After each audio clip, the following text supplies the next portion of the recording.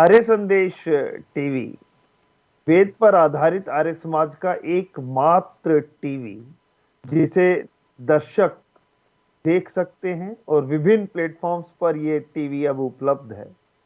जैसा निर्णय किया गया कि महर्षि दयानंद के उपरांत आर्य जगत के जो सबसे बड़े स्तंभ, जिन्हें हम कह सकते हैं देव दयानंद का मानस पुत्र, स्वामी श्रद्धानंद जी के बलिदान दिवस के उपलक्ष्य में हम उनके बहुआयामी व्यक्तित्व के विभिन्न आयामों को आप सभी दर्शकों के समक्ष रखें और एक विशेषता उसके अंदर हम डालना चाहते हैं।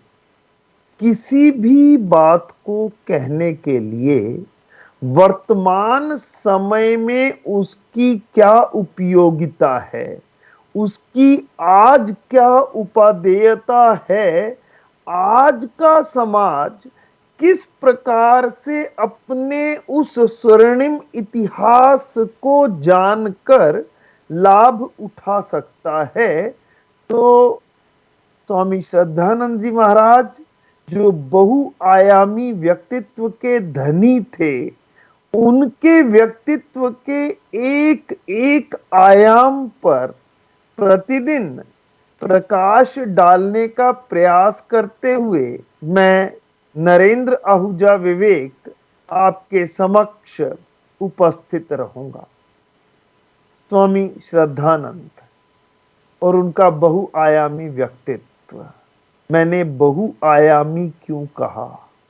और हम सभी के लिए, श्रोताओं के लिए, उनके जीवन के प्रत्येक आयाम को जान लेना क्यों अत्यंत आवश्यक हो जाता है, पहले ये स्पष्ट कर दें।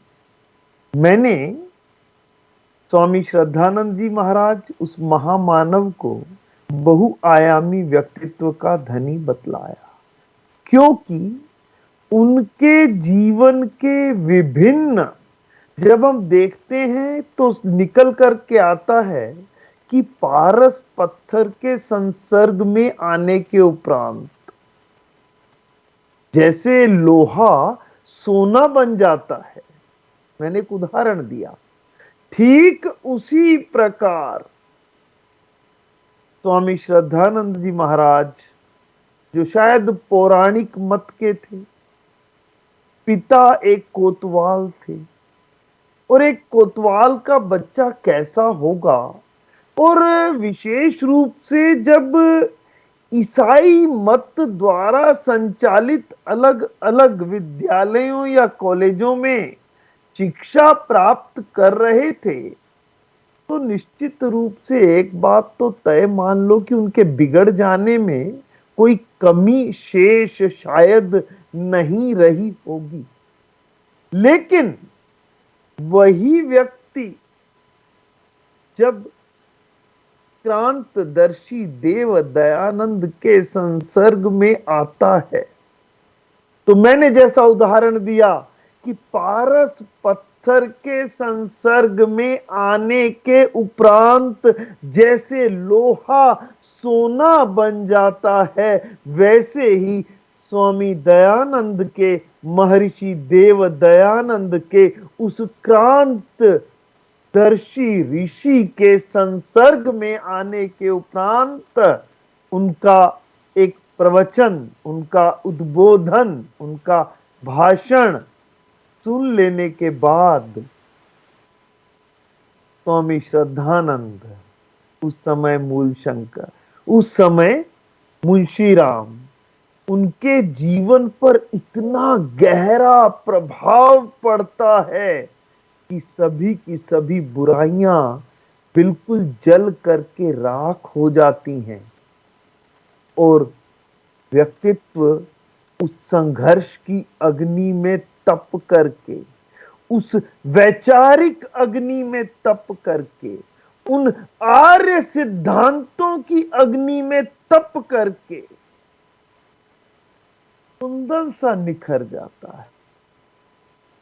वर्तमान समय में इस बात की क्या उपयोगिता है, क्या उपादेयता है, और हमें ये क्या संदेश देता है? स्वामी श्रद्धानंद जी के बलिदान दिवस के उपलक्ष्य में हम सभी के लिए, जो अपने आप को, स्वयं को आर्य कहते, जानते, मानते, अपने नाम के आगे या पीछे आर्य लिख करके गौरव का अनुभव करते हैं, हम सभी के लिए ये जान लेना अत्यंत आवश्यक हो जाता है।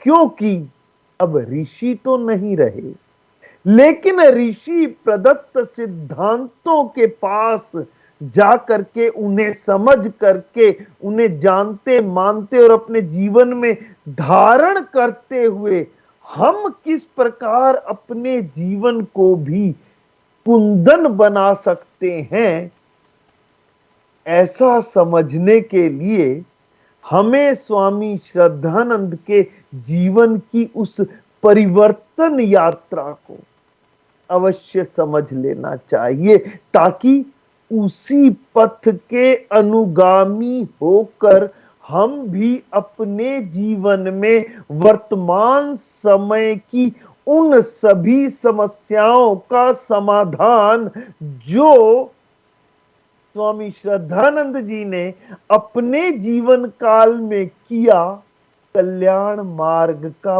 पथिक बनते हुए हम भी वैसा करने में सफल और सक्षम हो पाए।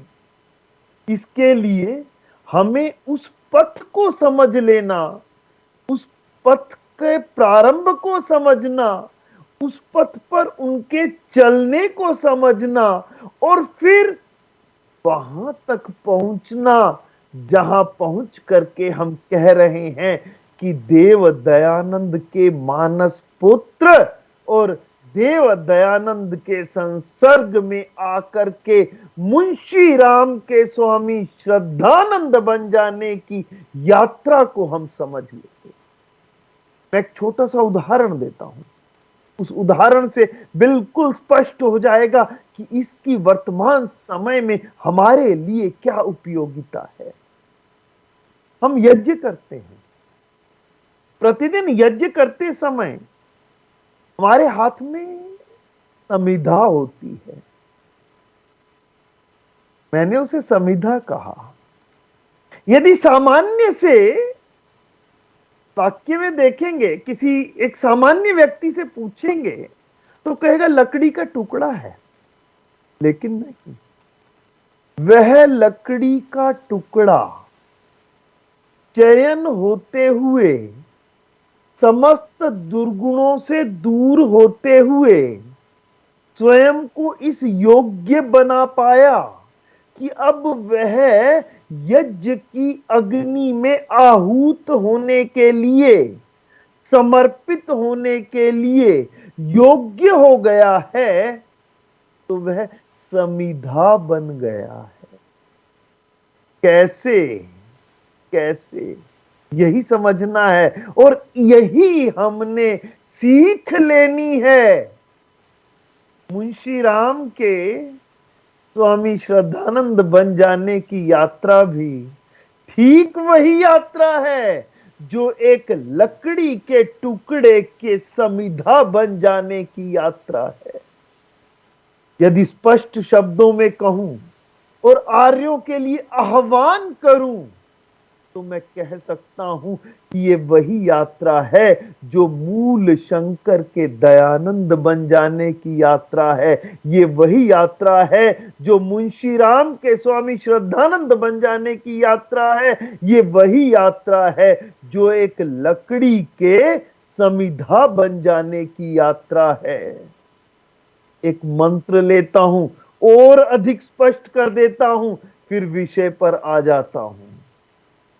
देव दयानंद को अत्यंत प्रिय यह मंत्र, जिसे उन्होंने ईश्वर स्तुति प्रार्थना उपासना प्रकरण में प्रथम स्थान पर रखा। ओम विश्वानि देव सवितर दुरितानि परासुवा यद भद्रम तन्न आसुवा। हे विश्वानि देव, हे देवादिदेव, हे आदिदेव, हे महादेव, हे परम पिता परमेश्वर। पहले क्या कहा? आप मेरे संपूर्ण दुर्गुण दुर्व्यसन और दुखों को दूर कर दीजिए, फिर जो कल्याणकारक है वह सब मुझे प्राप्त करवाइए। इस मंत्र का लकड़ी के समिधा बन जाने में कहां पर्याय है, या मुंशीराम के स्वामी श्रद्धानंद बन जाने में कहां है, या स्वयं बालक मूल शंकर के क्रांतदर्शी देव दयानंद बन जाने में क्या पर्याय है। इसे स्पष्ट करता हूं तो फिर आज का विषय स्पष्ट हो जाता है। पहले क्या क्रम दिया, पहले आह्वान किया उस सर्वज्ञ सर्वशक्तिमान सर्वव्यापी परम पिता परमेश्वर का जो सर्वंतर्यामी भी है, और वही तो है मेरा गुरु, क्योंकि वही तो एकमात्र है जो सर्वज्ञ है, सब कुछ जानता है और मेरे मन के भीतर भी अपने पूर्ण लेकिन अति सूक्ष्म स्वरूप में रहता है। मेरी आत्मा के भीतर ईश्वर सर्वभूतानाम हृदय तिष्ठति। उसे आह्वान करते हुए कहा कि मेरे समस्त दुर्गुण दुर्व्यसन और दुखों को दूर कर दीजिए। लकड़ी के जो दुर्गुण है दुर्व्यसन है, दीमक लग गई है तो समिधा नहीं बन सकती है। यदि उसके अंदर सीलन है तो वह भी यज्ञ में प्रयुक्त नहीं हो सकती है। ठीक इसी प्रकार मनुष्य के जीवन में यदि दुर्गुण और दुर्व्यसन है,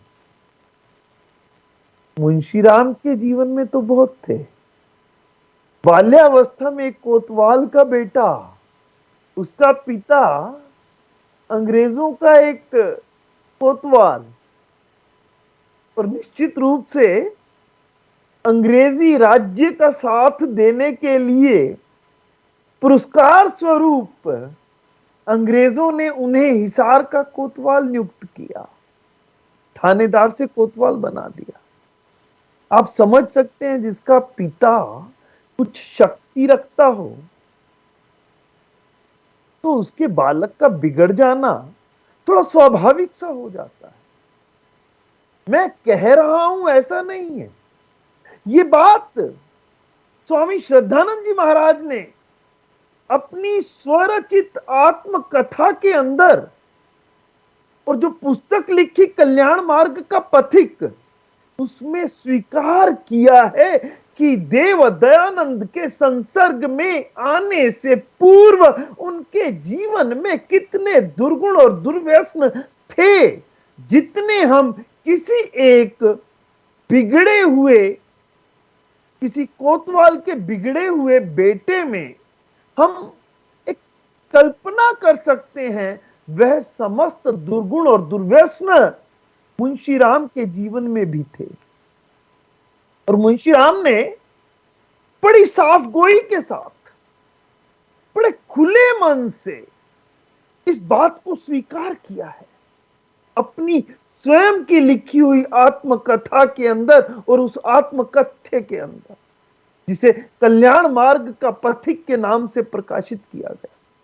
इतना ही नहीं, इसी बात को स्पष्ट रूप से स्वीकार करते हुए स्वामी श्रद्धानंद जी महाराज के पुत्र इंद्र विद्यावाचस्पति ने भी एक पुस्तक लिखी। बहुत ही सुंदर पुस्तक है, पढ़ने के योग्य।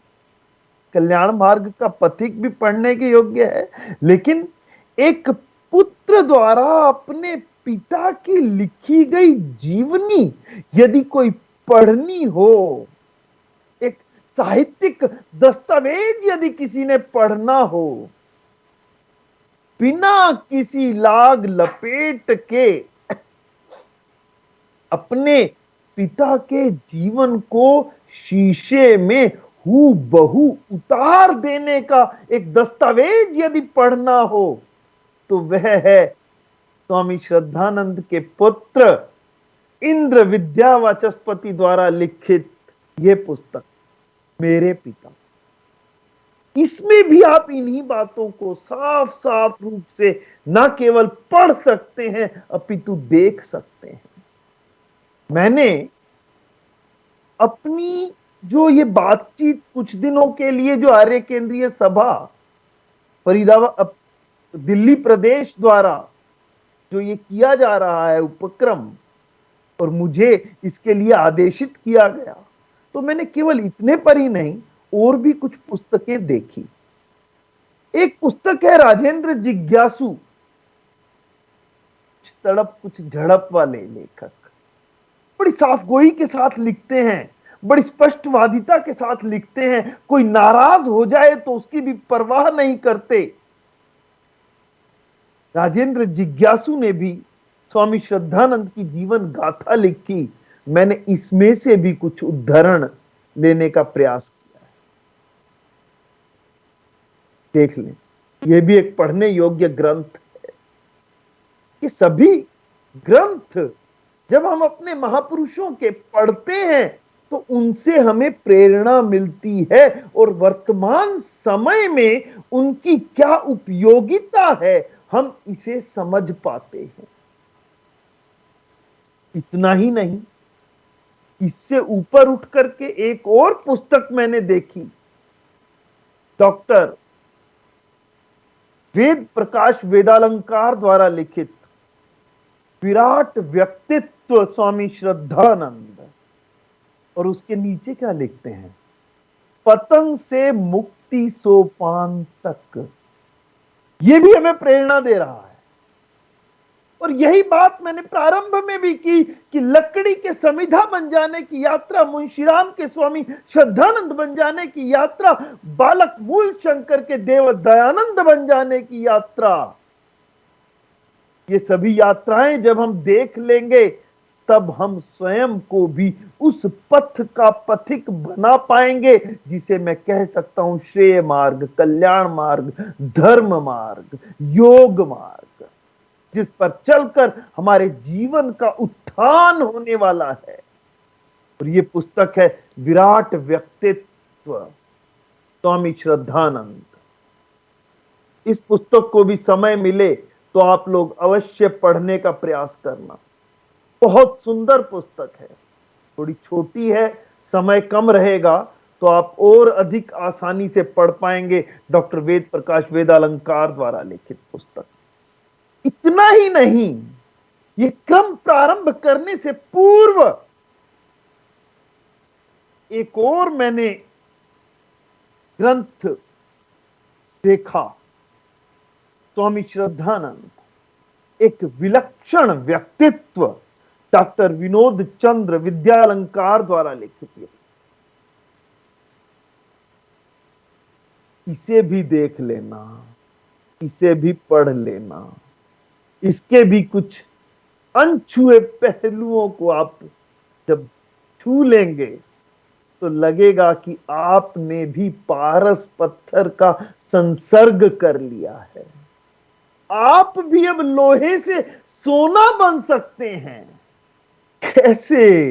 एक बिगड़ा हुआ बच्चा देव दयानंद के उस उद्बोधन को जब वह प्रथम बार सुनता है पिता के आदेश के बाद, तो उस पर कैसे उसका प्रभाव पड़ता है ये मैं स्पष्ट कर दूं।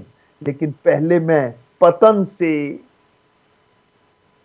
मुक्ति के सोपान तक, तो वाक्य तो पतन से प्रारंभ करूंगा ना, पतन का कारण भी बतलाऊंगा। एक कारण तो मैं एक दो बार कह चुका, एक थानेदार, एक कोतवाल जिसकी शहर में तूती बोलती है, जिसके नाम से शहर में लोग डरते हैं, और अंग्रेजों के राज्य में अंग्रेजों का विशेष कृपा पात्र और अंग्रेजी साम्राज्य का साथ देने के लिए विशेष रूप से पुरस्कृत होते हुए हिसार का कोतवाल बन जाना उसका।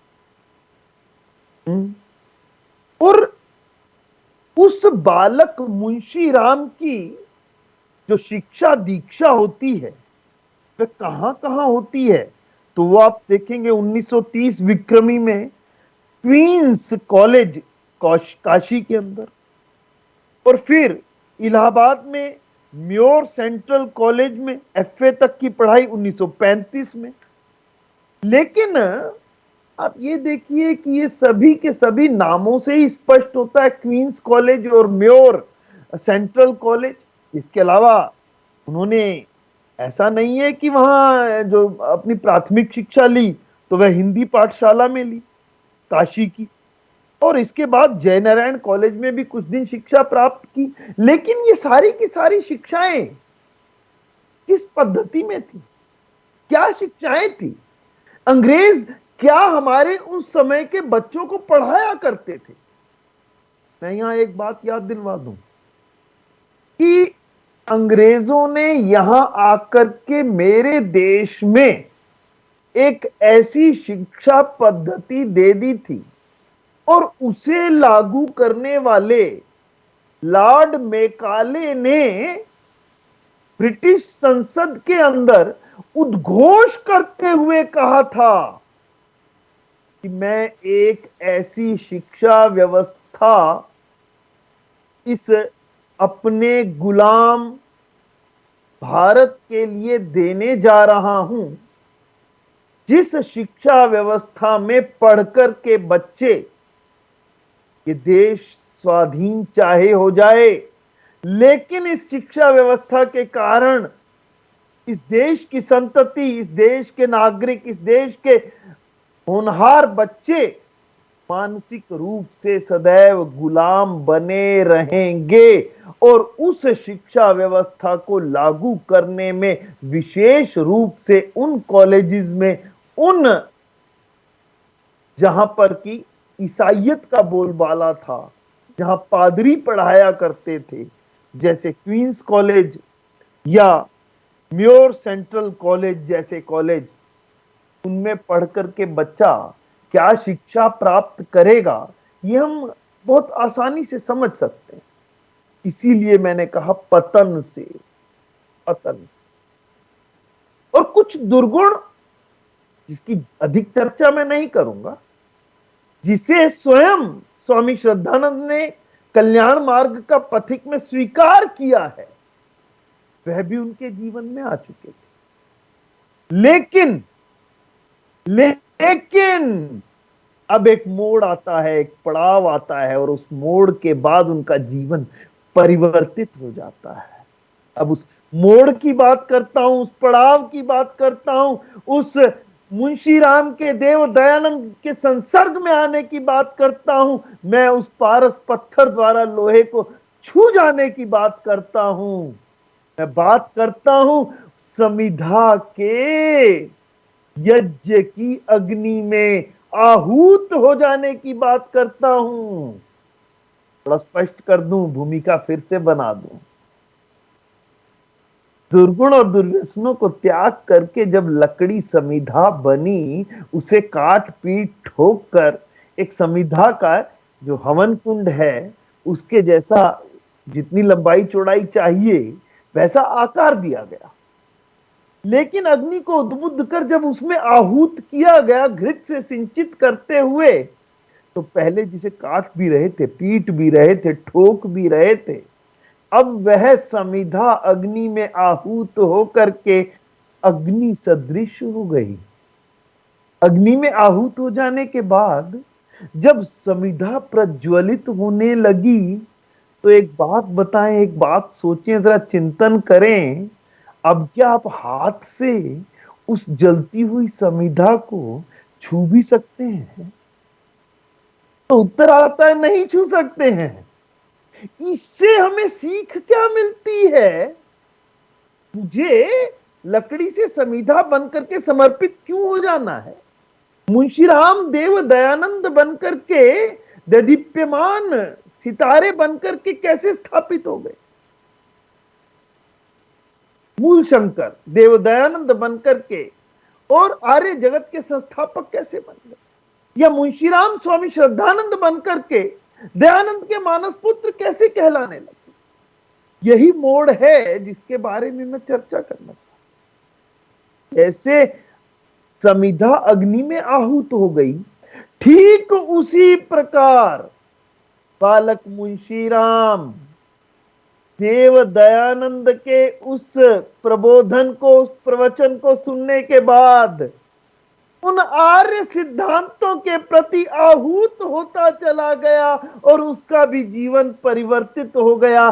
पहले जैसा विश्वानी देव सवितर दुरितानि परासु, उसके जीवन से समस्त दुर्गुण दुर्व्यसन और दुख दूर होते चले गए और सद्गुण अर्थात आर्य सिद्धांत उन्होंने अपने जीवन में धारण कर लिए। ऐसा कब और कैसे हुआ, अब इसकी चर्चा कर लेते हैं। ऐसा कब और कैसे हुआ। वर्ष 1879 में जब महर्षि दयानंद के साथ उनका संपर्क मिलना अनायास होता है, उस समय से पूर्व तक बालक मुंशीराम को अपने, आर्य तो बहुत दूर की बात है, हिंदू धर्म के प्रति भी अनास्था थी। वह परमेश्वर की सत्ता पर भी संदेह किया करते थे और उनका वातावरण, जीवन भौतिकतावाद और पाश्चात्य संस्कृति से सराबोर था। एक ऐसा व्यक्ति जो अनीश्वरवादी हो, जो ईश्वर की सत्ता पर विश्वास ही ना करता हो, भौतिकतावाद के वातावरण में रहता हो, जिसकी शिक्षा ईसाइयत के कॉलेजेस में हुई, क्वींस कॉलेज में, म्योर सेंट्रल कॉलेज में, तो उससे हम क्या अपेक्षा कर सकते थे। लेकिन पारस पत्थर के संसर्ग में आने का प्रभाव देखना है तो महर्षि दयानंद के साथ जब उनका अनायास संपर्क होता है, 18 श्रावण संवत 1936 को महर्षि दयानंद वैदिक धर्म का प्रचार करते हुए बरेली गए और बरेली में उस समय उनके पिता अर्थात स्वामी श्रद्धानंद बालक, मुंशीराम के पिता नानक चंद वहां उस समय पोस्टेड थे, वहां कार्यरत थे, कोतवाल थे। कोतवाल की तो शक्ति आप समझ सकते हैं। और अंग्रेजी शासन द्वारा स्वामी जी के सभाओं में व्यवस्था बनाए रखने के लिए वैसे भी कोतवाल की ड्यूटी होती है कि किस प्रकार से सभी चीजें यथावत शहर के अंदर चलती रहें। तो मुंशीराम के पिता महर्षि दयानंद की सभा में कोई अशांति ना हो उसकी व्यवस्था देखते हुए उनका प्रवचन सुनते थे। तो उन्होंने घर आकर के बालक को कहा कि एक दंडी स्वामी आए हुए हैं, बड़े विद्वान और योगीराज हैं, उनकी बातें सुनकर के तुम्हारे जीवन में ये जो पाश्चात्य संस्कृति का प्रभाव है या भौतिकतावाद का प्रभाव है या ईश्वर के प्रति जो संशय के बादल हैं, तुम्हारे मन के सभी संशय दूर हो जाएंगे। कल मेरे साथ चलकर उनका व्याख्यान सुन। पिता का आदेश था, बालक टाल नहीं पाया। मुंशीराम बड़े अनमने मन से पिता के साथ अगले दिन वहां देव दयानंद का उस वेद प्रचार का प्रवचन सुनने पहुंचा। लेकिन पहले कोई विश्वास नहीं था। ऐसा था कि बस पिता ले आए हैं तो आ गया हूं। लेकिन देव दयानंद की उस आदित्य मूर्ति को देखकर, उस विराट व्यक्तित्व को देखकर, उनकी इस अलौकिक छवि को देखकर कुछ थोड़ी सी श्रद्धा बालक मुंशीराम के मन में उत्पन्न। फिर वह श्रद्धा बढ़ी जब उसने देखा कि आगे की पंक्ति में पादरी टी.जे. स्कॉट और कुछ अन्य यूरोपियन अंग्रेज भी बैठे हैं जो उन्हें सुनने के लिए आए हैं। तो मन में उत्सुकता भी हुई और देव दयानंद के प्रति श्रद्धा भी पैदा हुई कि पाश्चात्य संस्कृति से सराबोर था एक पादरी जिस दंडी स्वामी को सुनने के लिए आया है, वहां कुछ ऐसे अंग्रेज भी आकर के बैठे हैं जो स्वामी श्रद्धानंद को सुनना चाहते हैं। तो मन में एक उत्कंठा तो उत्पन्न हुई और श्रद्धा का भाव भी आया। तो अभी आराम से सुनने के लिए इतना ही भाव बालक के मन में आ जाना काफी। मात्र प्रथम 10 मिनट का उद्बोधन सुनने के उपरांत तो स्वामी श्रद्धानंद, मैं अब कह रहा हूं स्वामी श्रद्धानंद, उस समय तो बालक मुंशी राम उनकी तरफ ऐसे आकृष्ट हुआ जैसे एक चुंबक के लिए, चुंबक के चुंबकीय व्यक्तित्व के लिए खिंचा चला आता है कोई लोहे का टुकड़ा। पहले 10 मिनट में ही इतना जबरदस्त प्रभाव पड़ जाना। और पहला वह संबोधन, वह प्रवचन जिसके बारे में स्वामी श्रद्धानंद स्वयं अपने शब्दों में कल्याण मार्ग का पथिक में लिखते हैं कि उनके द्वारा सुना गया देव दयानंद का वह पहला प्रवचन ईश्वर के मुख्य एवं निज नाम ओम पर था। वह पहले दिन का आत्मिक आह्लाद बालक कभी भूल नहीं पाया। नास्तिक होते हुए भी, जिसकी ईश्वर पर कोई श्रद्धा नहीं, परमात्मा की सत्ता पर कोई विश्वास नहीं, ऐसा नास्तिक होते हुए भी परमात्मा के मुख्य एवं निज नाम ओम की चर्चा देव दयानंद के मुख से सुनने के उपरांत बालक के मन में वह आत्मिक आह्लाद उत्पन्न हुआ, ऐसा आनंद आया जैसा आनंद सत्य चेतन आनंद स्वरूप परमात्मा की उपासना में निमग्न होकर के मैं बीच की सभी सांसारिक बाधाओं को दूर करते हुए जब निकट आसन लगा करके बैठ जाता हूं, तो उस सत्य चेतन आनंद स्वरूप परमात्मा के आनंद में निमग्न होकर के बैठता हूं। ऐसा आत्मिक आह्लाद और आनंद उस समय बालक मुंशी राम को महसूस हुआ। और मैं ये नहीं कह रहा, ये स्वयं स्वामी श्रद्धानंद ने कल्याण मार्ग का पथिक में लिखा है। मैं उनके शब्दों को जस का तस हूबहू बता देता हूं। मैंने बड़े बड़े वक्ताओं के व्याख्यान सुने हैं, परंतु जो ओज महर्षि की वाणी में था वह अन्य कहीं नहीं पाया। उनके भाषण से श्रोताओं को जो प्रकाश मिलता है वैसा प्रकाश किसी अन्य वक्ता की वाणी से नहीं मिला। ये शब्द मेरे नहीं, ये शब्द स्वामी श्रद्धानंद उस महामानव के हैं जो प्रथम उद्बोधन सुनता है क्रांतदर्शी देव दयानंद का परमात्मा के मुख्य एवं निज नाम ओम के संदर्भ में। फिर तो कहने की भी आवश्यकता नहीं थी पिता को कि बेटा चलो दंडी स्वामी आए हुए हैं, तुम्हारे मन के संशय दूर हो जाएंगे। अब तो उसकी स्वयं की उत्कंठा उसे खींच करके ले जाती थी।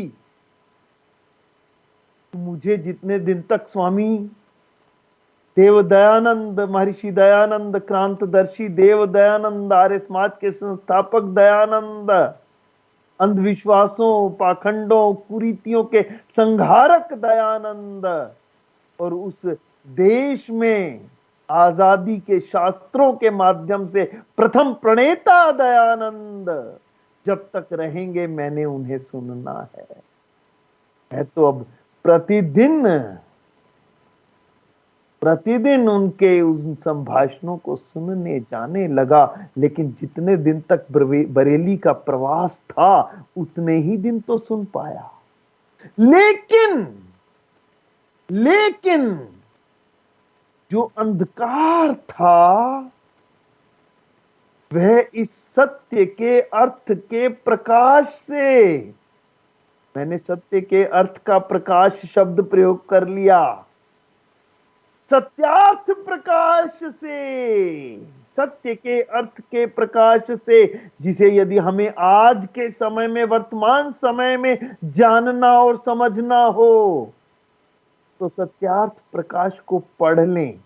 मैं वर्तमान में उपादेयता भी तो बतलाना है ना।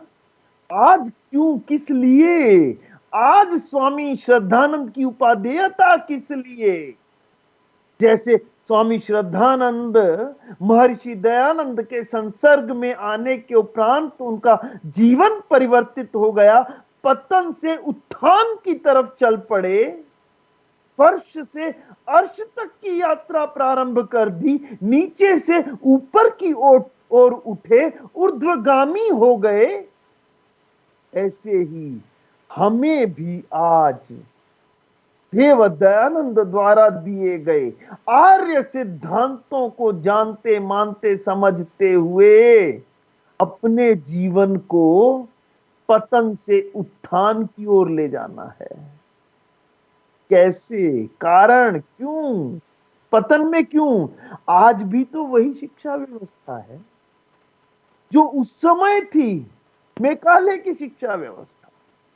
विषय फिर लूंगा स्वामी श्रद्धानंद और गुरुकुलीय शिक्षा प्रणाली, तब उसमें विस्तार में कहूंगा। लेकिन एक वाक्य में अभी कह देता हूं, एक वाक्य में अभी भी कह देता हूं कि स्वाधीनता के समय मेरे राष्ट्र के नीति नियंताओं के पास जब अवसर था उस मेकाले की गुलामी लाने वाली शिक्षा व्यवस्था को बदल देते, तो ना जाने क्यों, किस दबाव में, ना जाने क्यों अंतरराष्ट्रीय शांति दूत बन जाने के चक्कर में मेरे देश ने मेकाले की उस गुलामी वाली शिक्षा व्यवस्था को हमारे देश के नागरिकों के लिए, बच्चों के लिए बनाए रखा। पता नहीं कारण क्या था, यह भी अन्वेषण का विषय है। मैं विषयांतर नहीं करता हूं, वापिस आता हूं। आज भी हमारा देश, हमारा राष्ट्र, मेरे देश की संस्कृति, मेरे देश के बच्चे उस मेकाले की शिक्षा व्यवस्था के कारण पतन की ओर ही तो हैं। लेकिन उत्थान कैसे होगा? जब वह उन्हें मेरे राष्ट्र की उस पुरातन सनातन वैदिक संस्कृति से जुड़ेंगे, जिससे बालक मुंशीराम देव दयानंद के उन बरेली प्रवास के दौरान दिए गए प्रवचनों से जुड़ गया था और उसके जीवन में आमूल चूल परिवर्तन हो गया था और उसकी आत्मा में सत्य के अर्थ का प्रकाश उद्बुद्ध हो गया था। यहीं से मार्ग प्रशस्त हुआ। बालक मुंशीराम के स्वामी श्रद्धानंद बन जाने का मार्ग, जिसे मैंने प्रारंभ में कहा कि एक लकड़ी के समिधा बन जाने का मार्ग प्रशस्त हुआ।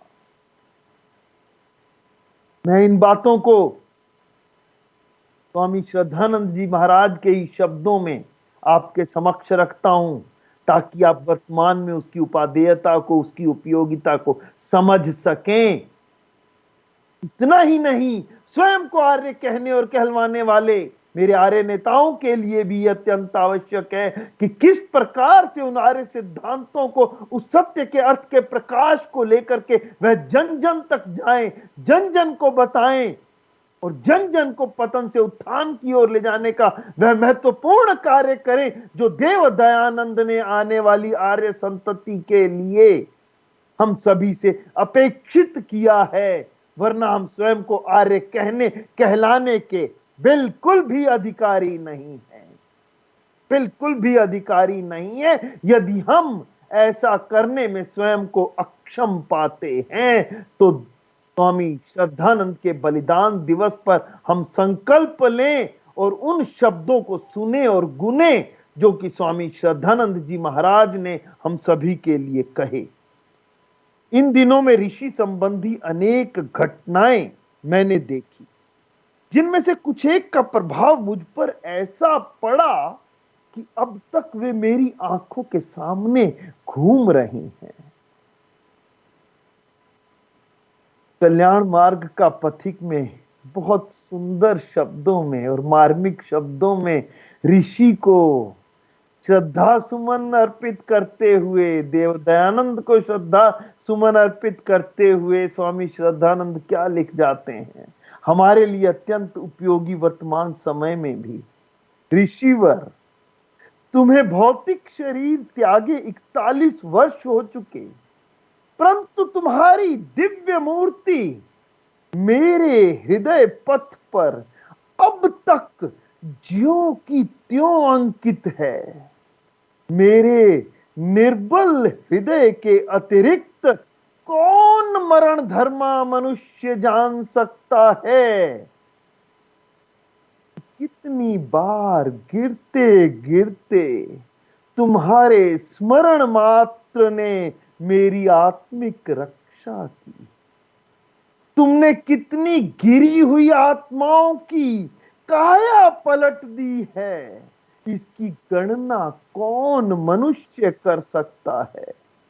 परमात्मा के बिना जिनकी पवित्र गोद में तुम इस समय विचर रहे हो, कौन कह सकता है कि तुम्हारे उपदेशों से निकली हुई अग्नि ने संसार में प्रचलित कितने पापों को जला करके राख कर दिया है, दग्ध कर दिया है।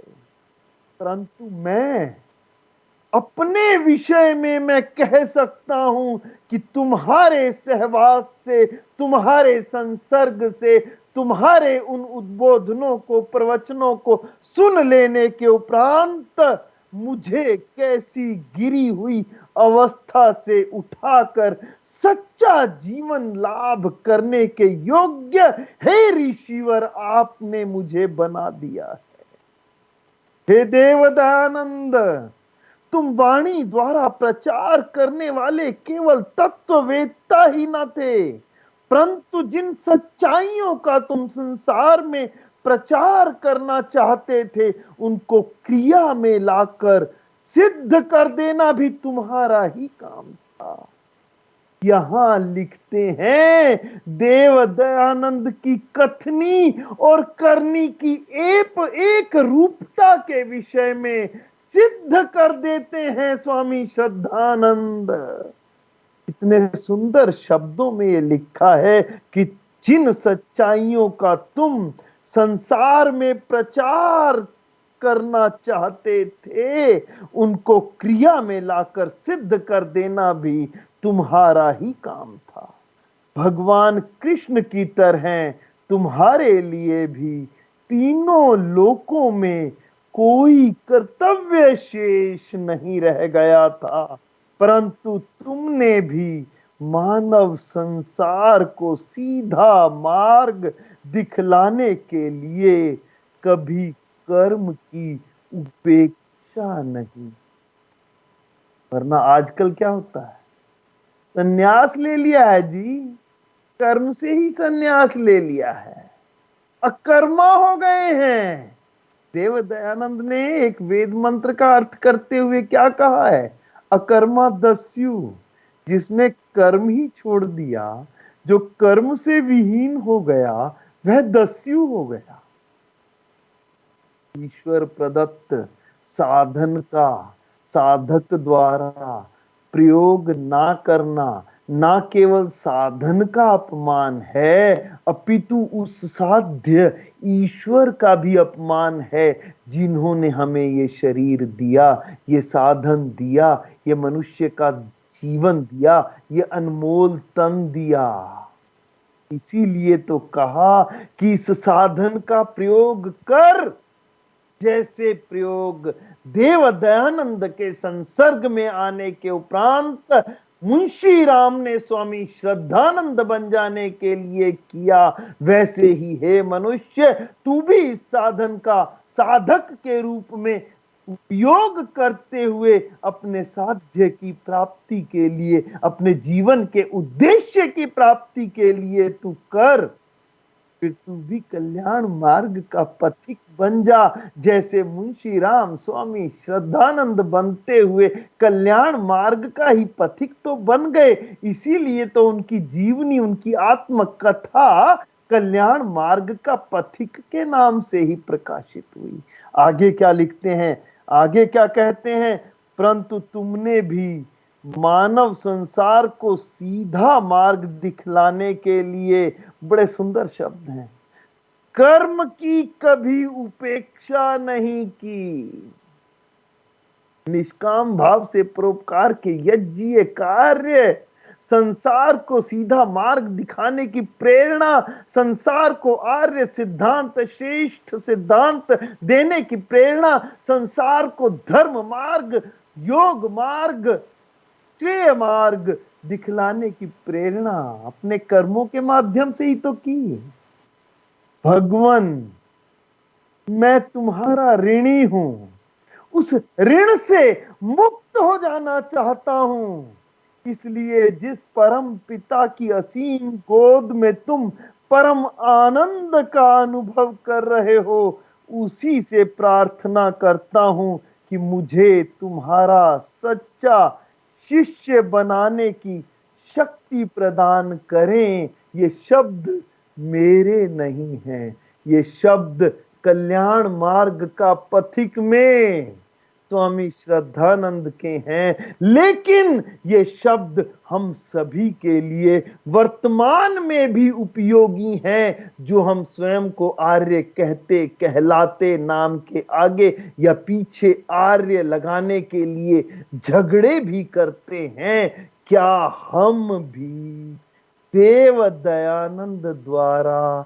दिए गए, बताए गए सत्य, सनातन, पुरातन, सनातन वैदिक धर्म को जानते, मानते और जीवन में धारण करते हैं? क्या हम स्वयं आर्य बन पाए?